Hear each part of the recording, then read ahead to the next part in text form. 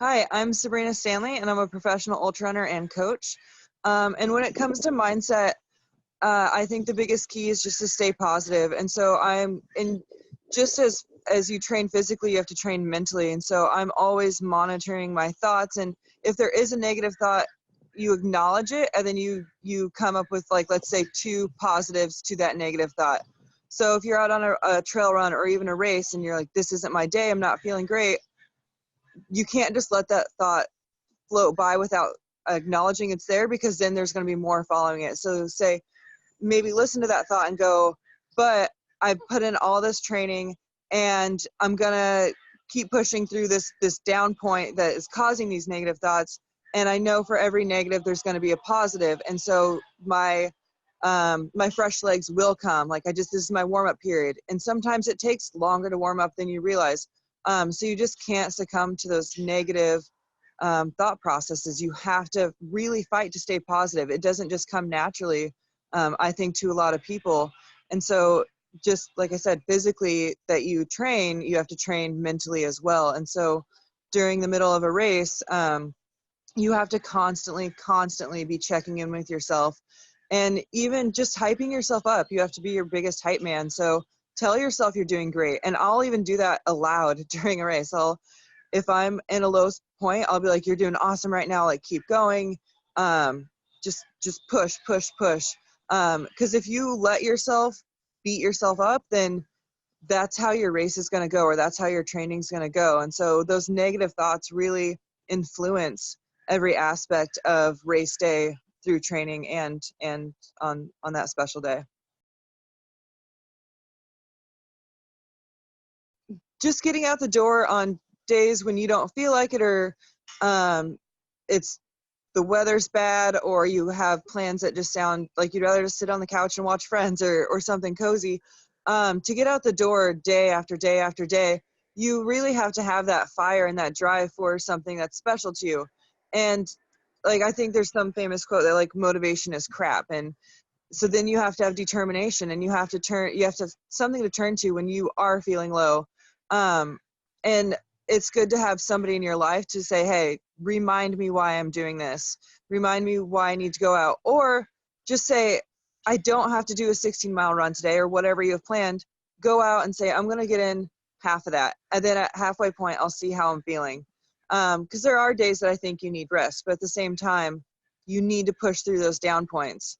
And with my coaching athletes, a lot of times I think that they view, let's say people are really fast, that they just always feel great in training. They always feel great during a race, and it just naturally comes to them. It doesn't. I would say I have just as many bad days as I do great days when I'm training. But those bad days, when you push through them on race day, when you have your bad moments, it makes it so much easier. So I've had 23-mile runs that last 8 to 10 hours, and they should have lasted 4, because I'm hiking half of it because I don't want to be out there. But those miserable hours when your body is just heavy and it's just not where you want to be, when you push through those days, and then those days add up that you've pushed through, race day is so much easier. And so it doesn't come easy to anybody else either. And so just know that, and know that pushing through is worth it. And the hard days are what build you up in the future. So I think you just have to really appreciate the negatives for the positives that they're going to bring you.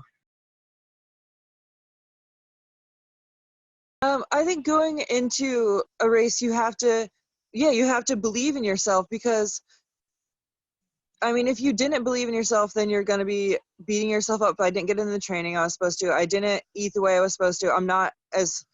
I don't weigh as much as I would like to on race day. Like, there are a million reasons where race day or training could go askew. But I just choose to believe that everything that happens during training happens for a reason. So if I get the flu and I miss a week, my body needed that. Like, it was trying to tell me something. And I'm not going to sacrifice a piece of cake that I really want at a party, because I have this race. Like, I think there's a give and take. And I would say I'm a little bit bigger of an ultra runner in terms of weight, and just weight and the way my body's structured. And so then you could go on and say, well, I'm not a pixie, like I wasn't made to run these distances and I'm whatever. But I also think that you have to find reasons that those are positive. So I'm never injured, and I think that's because of my big tree trunk legs. Like, you know, you have to come up with reasons that you are good, and like, again, it's just, it all comes down to being positive. And so when you are behind in a race, for where you think that you trained for, where you should be, your time's coming, and whether it's this race or not, like, it's going to come because you've put in the work. And so you have to stay positive. Like, one of my key philosophies is, when you're racing, especially hundreds, your crew is there volunteering for you. Like, they gave up their Saturday, or they're up all night waiting for you. And nobody wants to crew somebody who comes into an aid station and is like just pissy and doesn't want to be out there and is miserable. So I really try to make it a goal, and I'm not perfect, but I try to make it a goal. Every aid station I come into, I have a smile on, and I am pumped up, and my crew is happy to see me, and they're not watching me go back out and saying, well, shoot, like, how is she going to be at the next aid station? I want them to be just as excited to see me as I am them, and not dreading the state I'm in. And so fake it till you make it. And I think that is key, because there's scientific research that if you just put a smile on your face, it releases endorphins into your system, and then you start to believe it. And that goes along with your competitors. If you're really competitive and you are just feeling the lowest that you have all race, and then you run by somebody and you look like you're fresh, then they're going to believe that you're fresh, and they're going to sink lower. And so, yeah, I just try to look as fresh as possible, and that makes you feel better as well.